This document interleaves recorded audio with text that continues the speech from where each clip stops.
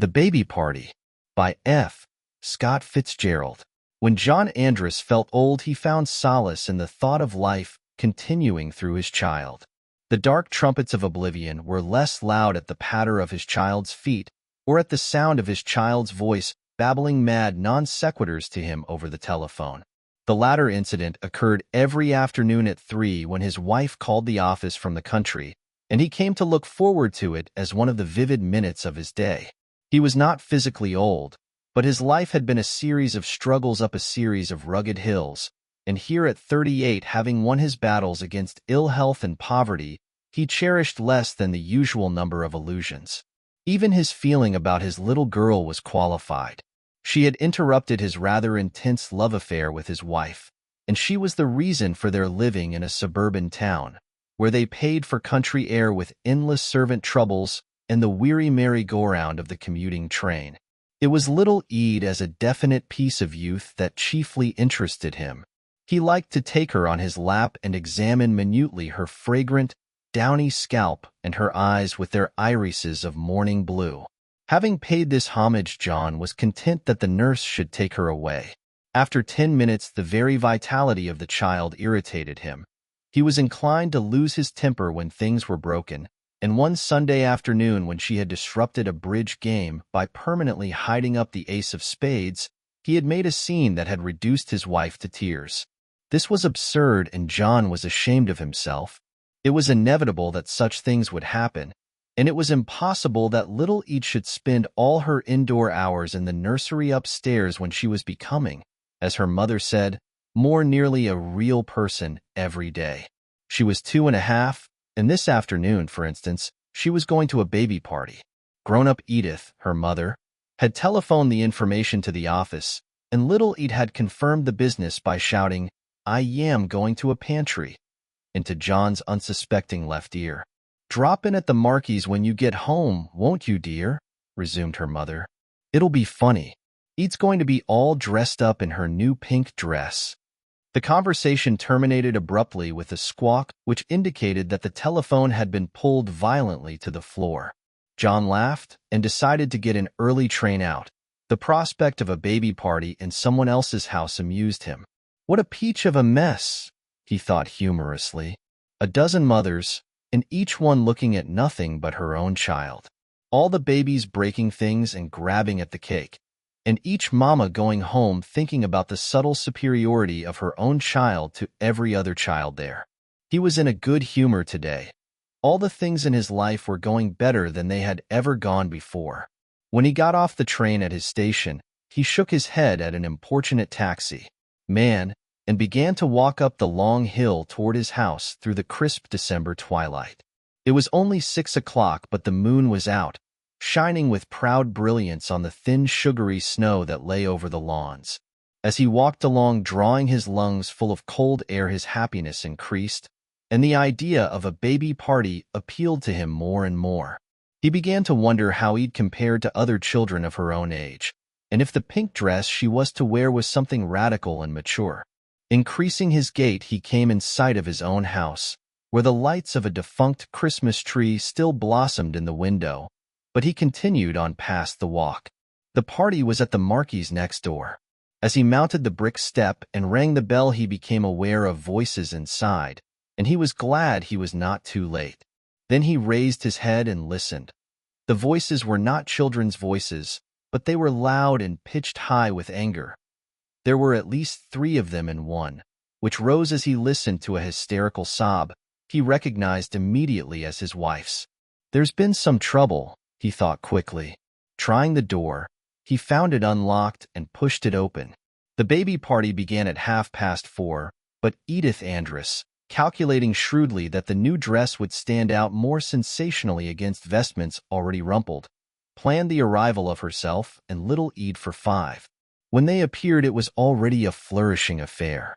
For baby girls and 9 baby boys, each one curled and washed and dressed with all the care of a proud and jealous heart, were dancing to the music of a phonograph. Never more than 2 or 3 were dancing at once, but as all were continually in motion, running to and from their mothers for encouragement, the general effect was the same. As Edith and her daughter entered, The music was temporarily drowned out by a sustained chorus, consisting largely of the word cute and directed toward little Ede, who stood looking timidly about and fingering the edges of her pink dress. She was not kissed. This is the sanitary age. But she was passed along a row of mammas, each one of whom said, "Uda," to her, and held her pink little hand before passing her on to the next. After some encouragement and a few mild pushes, she was absorbed into the dance and became an active member of the party. Edith stood near the door talking to Mrs. Markey and keeping one eye on the tiny figure in the pink dress. She did not care for Mrs. Markey. She considered her both snippy and common, but John and Joe Markey were congenial and went in together on the commuting train every morning. So the two women kept up an elaborate pretense of warm amity. They were always reproaching each other for not coming to see me, and they were always planning the kind of parties that began with, "You'll have to come to dinner with us soon, and we'll go into the theater," but never matured further. "Little Ede looks perfectly darling," said Mrs. Markey, smiling and moistening her lips in a way that Edith found particularly repulsive. "So grown up, I can't believe it." Edith wondered if little Ede referred to the fact that Billy Markey, though several months younger, weighed almost 5 pounds more. Accepting a cup of tea, she took a seat with two other ladies on a divan and launched into the real business of the afternoon, which of course lay in relating the recent accomplishments and insouciances of her child. An hour passed. Dancing palled, and the babies took to sterner sport. They ran into the dining room, rounded the big table, and essayed the kitchen door, from which they were rescued by an expeditionary force of mothers. Having been rounded up, they immediately broke loose, and rushing back to the dining room tried the familiar swinging door again. The word "overheated" began to be used, and small white brows were dried with small white handkerchiefs. A general attempt to make the babies sit down began, but the babies squirmed off laps with peremptory cries of "down, down," and the rush into the fascinating dining room began anew. This phase of the party came to an end with the arrival of refreshments, a large cake with 2 candles, and saucers of vanilla ice cream. Billy Markey, a stout laughing baby with red hair and legs somewhat bowed, blew out the candles and placed an experimental thumb on the white frosting. The refreshments were distributed, and the children ate, greedily but without confusion. They had behaved remarkably well all afternoon. They were modern babies who ate and slept at regular hours, so their dispositions were good, and their faces healthy and pink. Such a peaceful party would not have been possible 30 years ago. After the refreshments, a gradual exodus began. Edith glanced anxiously at her watch. It was almost 6, and John had not arrived. She wanted him to see Ede with the other children, to see how dignified and polite and intelligent she was, and how the only ice cream spot on her dress was some that had dropped from her chin when she was joggled from behind. "You're a darling," she whispered to her child, drawing her suddenly against her knee. "Do you know you're a darling? Do you know you're a darling?" Ede laughed. "Bow wow," she said suddenly. "Bow wow." Edith looked around. "There isn't any bow wow." "Bow wow," repeated Ede. "I want a bow wow." Edith followed the small pointing finger.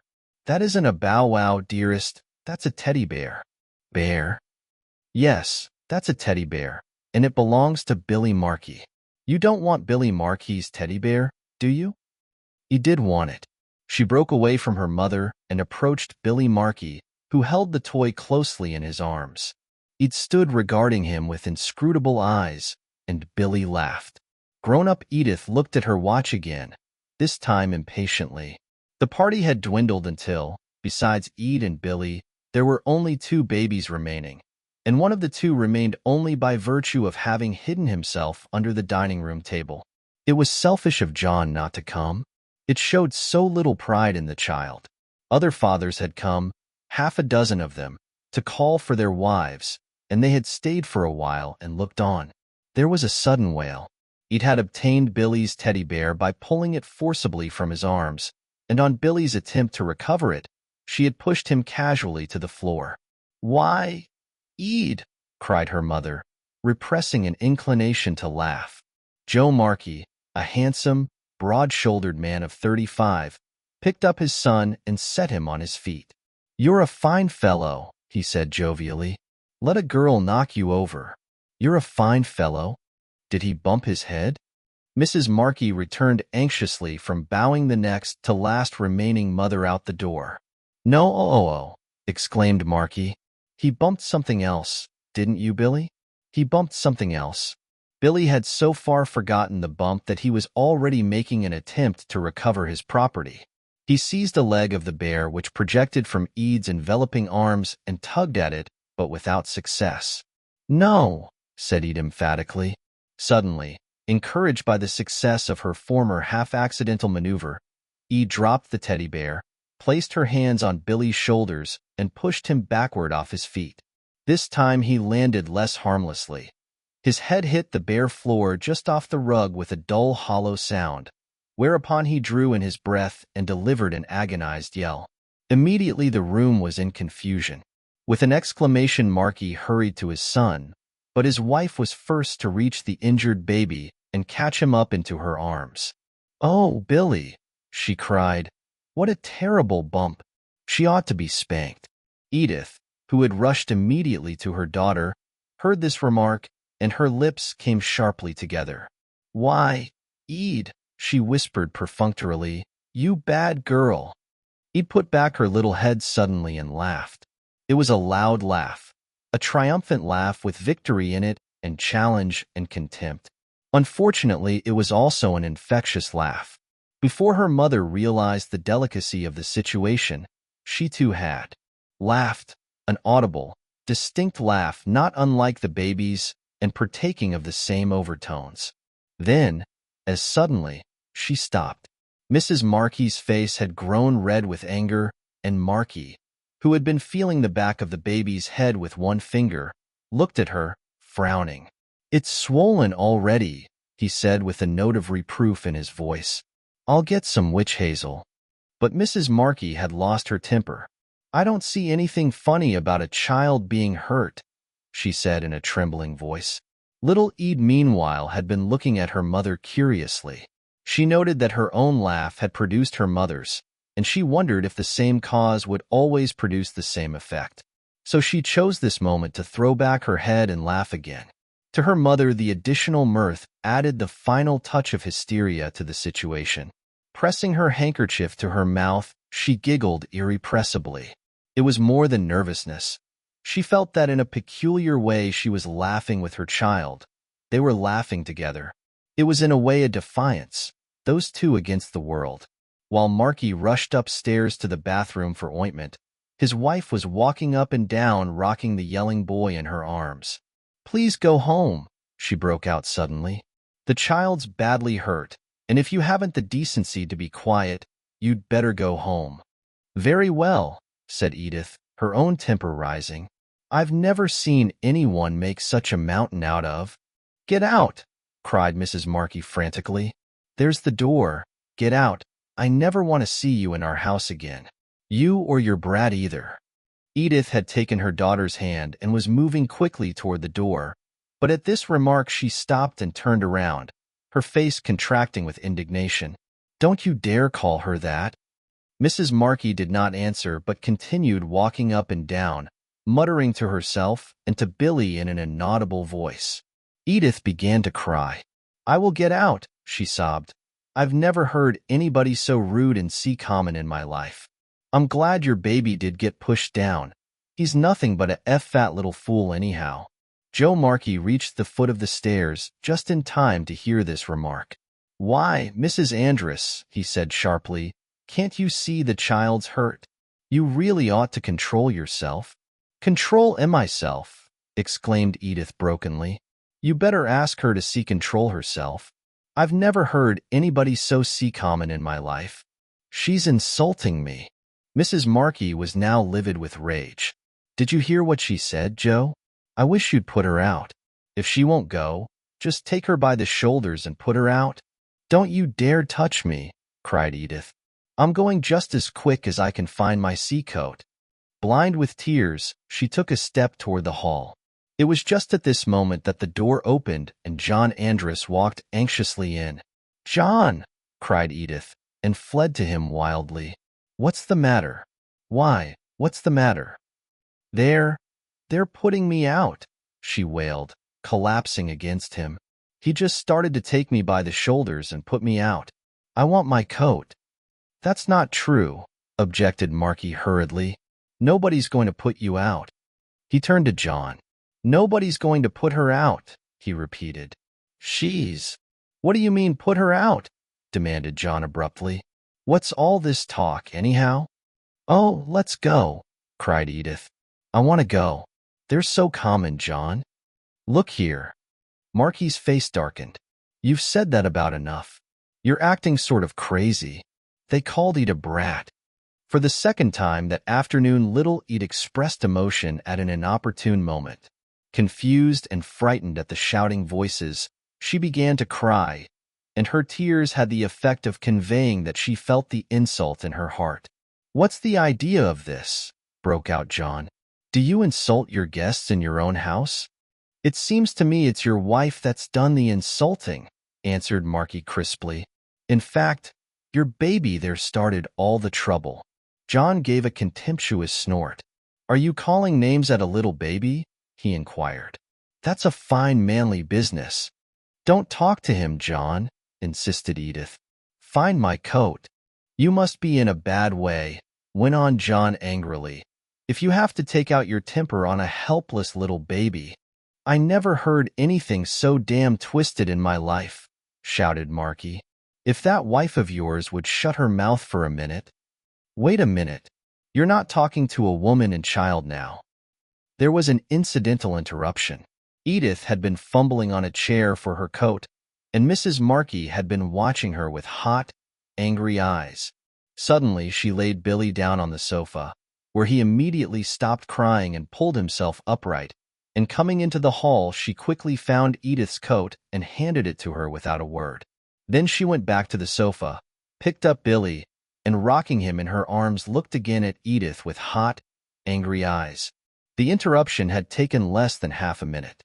Your wife comes in here and begins shouting around about how common we are, burst out Marky violently. Well, if we're so damn common, you'd better stay away. And, what's more, you'd better get out now. Again John gave a short, contemptuous laugh. You're not only common, he returned, you're evidently an awful bully, when there's any helpless women and children around. He felt for the knob and swung the door open. Come on, Edith. Taking up her daughter in her arms, his wife stepped outside and John, still looking contemptuously at Marky, started to follow. Wait a minute. Marky took a step forward. He was trembling slightly, and two large veins on his temple were suddenly full of blood. You don't think you can get away with that, do you? With me? Without a word, John walked out the door, leaving it open. Edith, still weeping, had started for home. After following her with his eyes until she reached her own walk, John turned back toward the lighted doorway where Marky was slowly coming down the slippery steps. He took off his overcoat and hat, tossed them off the path onto the snow. Then, sliding a little on the iced walk, he took a step forward. At the first blow, they both slipped and fell heavily to the sidewalk, half rising then, and again pulling each other to the ground. They found a better foothold in the thin snow to the side of the walk and rushed at each other, both swinging wildly and pressing out the snow into a pasty mud underfoot. The street was deserted, and except for their short, tired gasps and the padded sound as one or the other slipped down into the slushy mud, they fought in silence, clearly defined to each other by the full moonlight as well as by the amber glow that shone out of the open door. Several times they both slipped down together, and then for a while the conflict threshed about wildly on the lawn. For 10, 15, 20 minutes they fought there senselessly in the moonlight. They had both taken off coats and vests at some silently agreed-upon interval, and now their shirts dripped from their backs in wet pulpy shreds. Both were torn and bleeding and so exhausted that they could stand only when by their position. They mutually supported each other. The impact, the mere effort of a blow, would send them both to their hands and knees. But it was not weariness that ended the business. and the very meaninglessness of the fight was a reason for not stopping.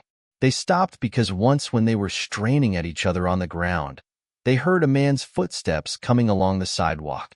They had rolled somehow into the shadow, and when they heard these footsteps they stopped fighting, stopped moving, stopped breathing, lay huddled together like two boys playing Indian until the footsteps had passed. Then, staggering to their feet, they looked at each other like two drunken men. "I'll be damned if I'm going on with this thing any more," cried Marky thickly. "I'm not going on any more either," said John Andros. "I've had enough of this thing." Again they looked at each other, sulkily this time, as if each suspected the other of urging him to a renewal of the fight. Marky spat out a mouthful of blood from a cut lip. Then he cursed softly, and picking up his coat and vest, shook off the snow from them in a surprised way, as if their comparative dampness was his only worry in the world.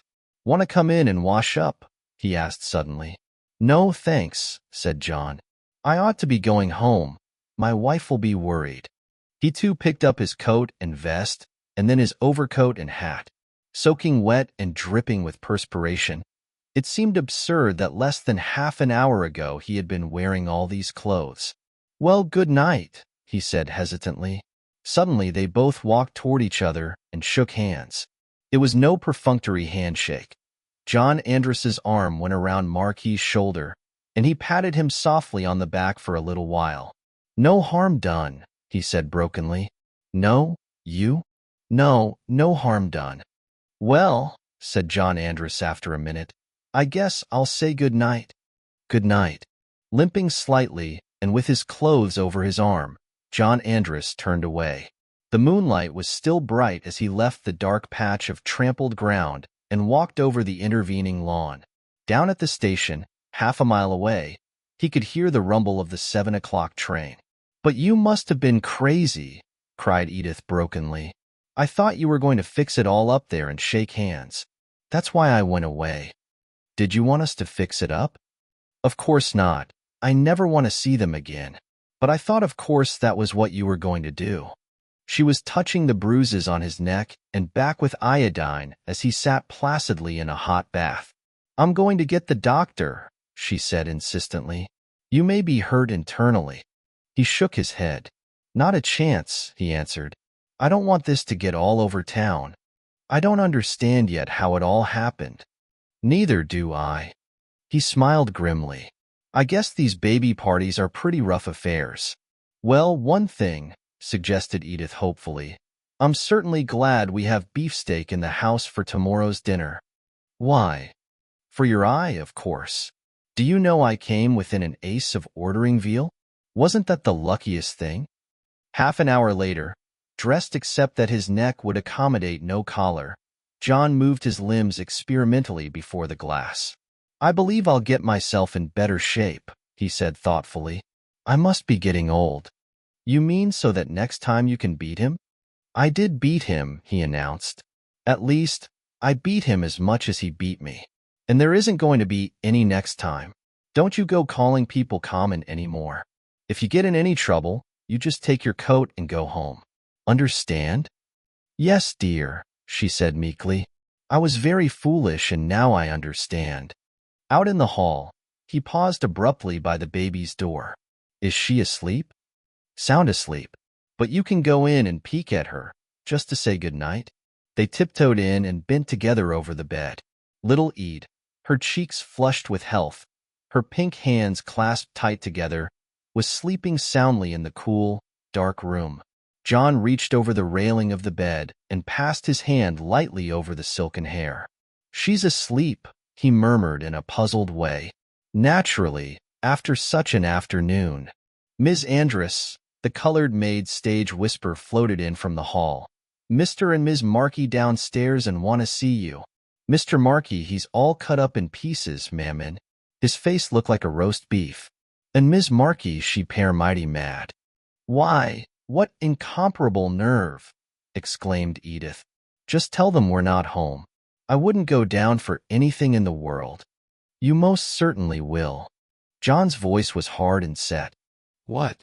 "You'll go down right now, and what's more, whatever that other woman does, You'll apologize for what you said this afternoon. After that, you don't ever have to see her again. Why, John, I can't. You've got to. And just remember that she probably hated to come over here just twice as much as you hate to go downstairs. Aren't you coming? Do I have to go alone? I'll be down in just a minute. John Andros waited until she had closed the door behind her.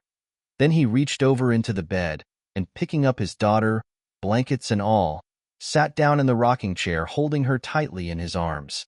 She moved a little, and he held his breath, but she was sleeping soundly, and in a moment she was resting quietly in the hollow of his elbow.